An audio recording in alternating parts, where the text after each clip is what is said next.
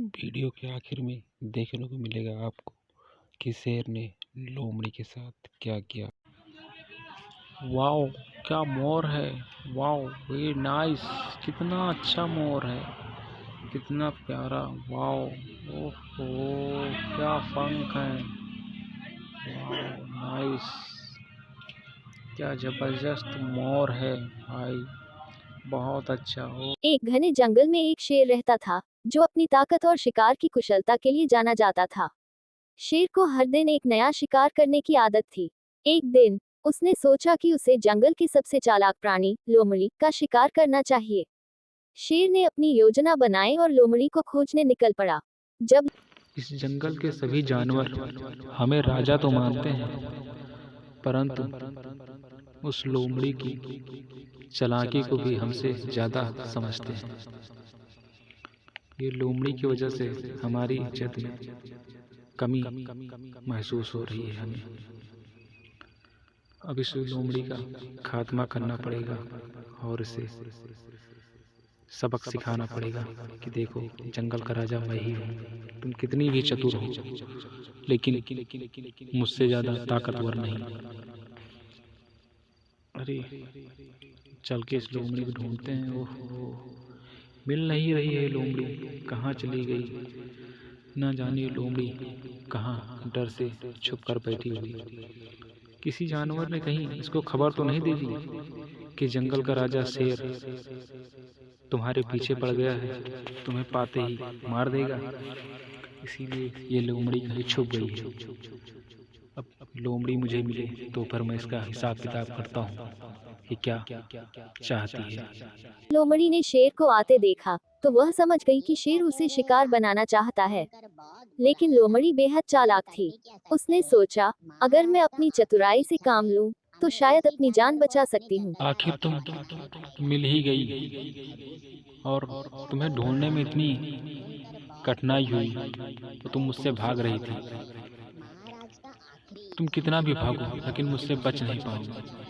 और तुम हमारे बारे में जंगल के सभी जानवरों को क्या बोल रही थी कि राजा अब बूढ़ा हो गया है और राजा के पास सिर्फ ताकत रह गई है, बाकी उसके पास कोई दिमाग और चतुराई के नाम की कोई चीज नहीं।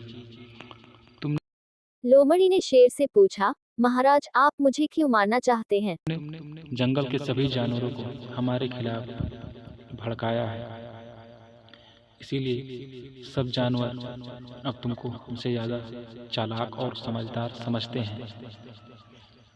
अब तुम्हारा जिंदा रहना हमारे लिए खतरा है, हमारी शान और इज्जत को घटाता है।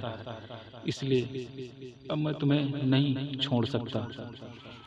लोमड़ी, अरे शेर भाई, मैं तो आपके पास आ रही थी और ये किसने कहा कि मैं आपसे भाग रही थी और मैं जंगल के जानवरों को भगा रही थी। मैं तो किसी जानवर से कभी भी कुछ भी नहीं कहा तुम्हारे खिलाफ। मैं तो तुम्हारी तारीफ करती हूँ कि जंगल के राजा शेर कितने अच्छे हैं, कितने महान हैं, और आप कहते हो कि हमारे खिलाफ भगा रही थी। ऐसा कुछ भी नहीं है। किसने कहा है? शायद आपको किसी खरगोश ने भगाया होगा या फिर किसी अन्य जीव ने, और ऐसा कुछ भी नहीं है। हम तो आपकी ताकत और आपकी चालाकी और होशियारी को हम खूब जानते हैं कि आप कितने ताकतवर और महान हो। ये गलत बात है कि हमने आपके बारे में कुछ कहा है। खरगोश से और हमारी झगड़ा हो गया है, इसलिए खरगोश ने तुम्हें भड़काया होगा, और उस दिन बंदर से भी हमारा उसका झगड़ा हो गया था। इसलिए हो सकता है बंदर ने भी कहा हो कि हमने तुम्हारे खिलाफ सभी जानवरों को भड़काया है। आप चाहो तो खरगोश से पूछो कि हमारे खरगोश के बीच झगड़ा हुआ है कि नहीं, और मैंने किसी भी को आपके खिलाफ नहीं भड़काया है, और ये गलत बात है। खरगोश ही है मुझे लगता है इस फसाद की जड़, जो खरगोश सबको भड़का रहा है और आपको उसी ने भड़काया है। खरगोश वहाँ उस पेड़ के नीचे बैठा है, जाकर आप उस खरगोश से पूछो कि हमारे उसके बीच झगड़ा हुआ था कि नहीं, और हमने किसी को नहीं भगाया है। खरगोश, तुम ये बताओ कि लोमड़ी हमारे बारे में जंगल में क्या कहती फिर रही है, और क्या तुम्हारे उसके बीच झगड़ा हुआ था? क्या तुम्हारे उसके बीच झगड़ा हुआ था या नहीं? हाँ महाराज, हमारे उसके बीच झगड़ा हुआ था, लेकिन किस बात पे हुआ था ये आप सुनेंगे तो चौंक जाएंगे। वो कह रही थी कि जंगल का शेर अब बूढ़ा हो गया है और उसके पास ना ही ताकत है और ना ही दिमाग। इस बात पे मेरी उसकी बहस हुई। मैंने कहा, जंगल के राजा भले ही बूढ़े हो गए, लेकिन वो जंगल के राजा हैं और वो ताकतवर भी हैं आज भी। किसी भी जानवर का शिकार करने में उनके अंदर क्षमता है और उन्होंने ही जंगल का पूरा भार संभाल रखा है, जो जंगल में इतनी सुख और शांति रहती है। लोमड़ी इस पर नहीं मान रही थी और वो मुझे उलझ गई। इसी बात की वजह से बंदर से भी झगड़ा हुआ और वो चाहती है कि आने वाले टाइम में राजा उसको बनाया जाए, इसीलिए उस जंगल के सभी जानवरों को भड़काती फिर रही है। अब आप इसके बारे में जो भी सोचो, बात दरअसल यही है, इसी वजह से झगड़ा हुआ था। ठीक है। मैं तो इतनी छोटी हूँ, मुझे खाने से आपकी भूख भी नहीं मिटेगी। जंगल में बड़े बड़े जानवर हैं, उन्हें पकड़िए। शेर ने जवाब दिया, तुम्हारी चालाकी ने पूरे जंगल में मेरी बादशाहत को चुनौती दी है। हर कोई कहता है कि लोमड़ी सबसे बुद्धिमान है। मैं ये साबित करना चाहता हूँ कि ताकत हमेशा बुद्धि से बड़ी होती है। लोमड़ी मुस्कुराए और बोली, महाराज, ताकत और बुद्धि दोनों की अपनी जगह है। अगर आप मुझे मार देंगे तो आपकी बादशाहत पर कोई सवाल नहीं उठाएगा, लेकिन अगर आप मुझे बचा लेंगे तो पूरी दुनिया आपकी दयालुता की कहानी सुनेगी। शेर कुछ देर सोच में पड़ गया, लेकिन फिर उसने कहा, तुम्हारी बात सही है, लेकिन आज मैं तुम्हें नहीं छोड़ सकता। यह मेरी ताकत और जंगल की व्यवस्था का सवाल है। शेर ने लोमड़ी का शिकार किया, लेकिन जंगल के जानवरों ने देखा कि शेर ने सबसे चालाक प्राणी को हराया। उन्होंने शेर की ताकत का सम्मान किया, लेकिन उनके दिलों में लोमड़ी की बुद्धिमत्ता और साहस हमेशा जिंदा रहा। वीडियो लाइक एंड सब्सक्राइब करें प्लीज।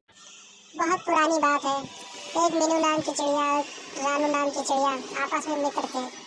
बहुत पुराने मित्र थे और बहुत घनी दोस्ती थी। उन दोनों के बीच एक दिन रानू चिड़िया को 2 अंडे हुए और मीनू चिड़िया को कुछ भी नहीं हुआ। उसके बाद उन दोनों में थोड़ा सा चेंजिंग आ गया और वो दोनों इधर उधर थोड़ी थोड़ी बातों में कहा सुनी हुई और वो दोनों अलग अलग हो गई। ये देखकर बंदर बहुत मुस्कुराया और उसको बहुत खुशी महसूस हुई, क्योंकि वो दोनों जब एक थी तो बंदर को बहुत तंग किया करती थी। बंदर ये देखकर बहुत खुश हुआ कि चलो अब इन दोनों से निजात मिला, अब मुझे तंग नहीं करेंगी। उन दोनों के बीच झगड़ा इस कदर बढ़ गया कि रानू चिड़िया ने मीनी चिड़िया को ताना मारना शुरू किया कि हमारे पास 2-2 अंडे हैं और तुम्हारे पास कुछ नहीं है। तुम जो है, तुम्हारी हरकतों की वजह से आज तुम ऐसी हो। तो मीनी चिड़िया को बहुत दुख हुआ और उसने ये सोचा कि अब वो उससे दूर रहेगी, वो दूर जाके रहने लगी। उसके बाद जब तीनों चिड़िया के अंडे में से जब बच्चे हो गए और वो बच्चे दिन भर घोंसले में बैठे रहते थे और कहीं जाते नहीं थे और वो उड़ नहीं पाते थे, तब रानू चिड़िया उनको बहुत समझाती थी कि देखो, ऐसे तुम उड़ने की कोशिश करो, नहीं तो कोई जानवर आकर तुम्हें कहीं अपना शिकार न बना ले। लेकिन वो दोनों उनकी बात नहीं सुनते थे और जब भी उनको कहीं जाना रहता था तो वो पैरों के सहारे धीरे धीरे उतर कर वहाँ से एक बाग में जाया करते थे, जहाँ ढेर सारे गुलाब और ढेर सारे फूल लगे रहते थे। वहाँ वो जाते और खुशी मन से वहाँ खेलते और बैठे रहते थे। एक दिन मीनू चिड़िया रानू चिड़िया पास आई और बोली कि तुमने तो कहा था तुम्हारे पास 2-2 अंडे हैं, 2-2 बच्चे हो गए, अब क्या हुआ? मैंने सुना है कि वो उड़ नहीं सकते हैं। अगर वो उड़ेंगे नहीं तो कोई भी सांप या कोई अन्य जीव आकर उनका अपना शिकार बना लेगा।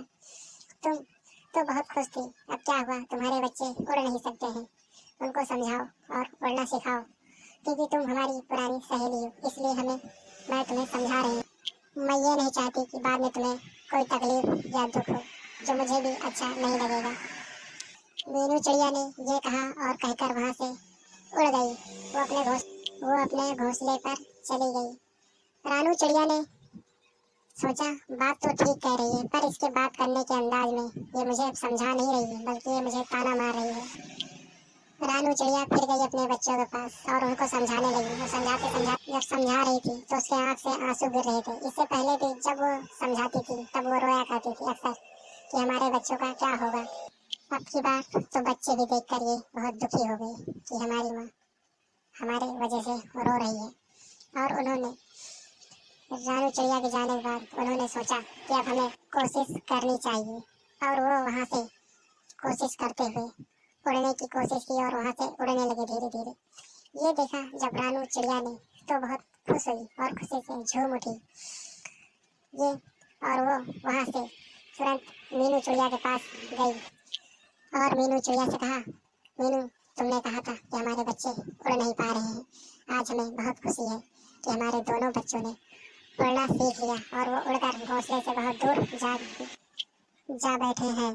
मैंने उनको उड़ते हुए 2 से 3 बार देखा है कि वो आज ही उड़ने लगे और उड़ने का और प्रयास कर रहे हैं। मीनू चिड़िया ने जब ये सुना तो कहा, ठीक है, अच्छी बात है कि वो उड़ रहे हैं, अब उन्हें कोई खतरा नहीं होगा। और मैं तो चाहती ही थी कि वो उड़ने लगे ताकि उनको कोई चीज़ का खतरा ना रहे। और तुमने ही मुझसे उल्टी सीधी बातें की थी, नहीं तो मैं तुम्हारा कभी भी बुरा नहीं चाहती। और फिर मीनू चिड़िया ने कहा कि चलो हम दोनों लड़ाई झगड़ा खत्म करते हैं और आपस में पहले जैसे दोस्त बन जाते हैं। ये टोनी चिड़िया ने सुनकर बहुत अच्छा लगा। टोनी चिड़िया ने भी कहा, बहुत अच्छी बात है, मुझे भी तुम्हारी याद आती है। ये बहुत अच्छा रहेगा, हम दोनों आपस में फिर से सहेलियाँ बन जाएं और एक साथ रहें। जब ये चीज़ बंदर ने देखा तो बंदर को बहुत दुख हुआ कि अब ये दोनों आपस में फिर से मिल गई हैं और ये दोनों मिलकर मुझे फिर से परेशान करेंगी। ये बंदर सोच ही रहा था और बंदर वहाँ से उठा और जंगल छोड़ के दूसरी जंगल की ओर चल दिया।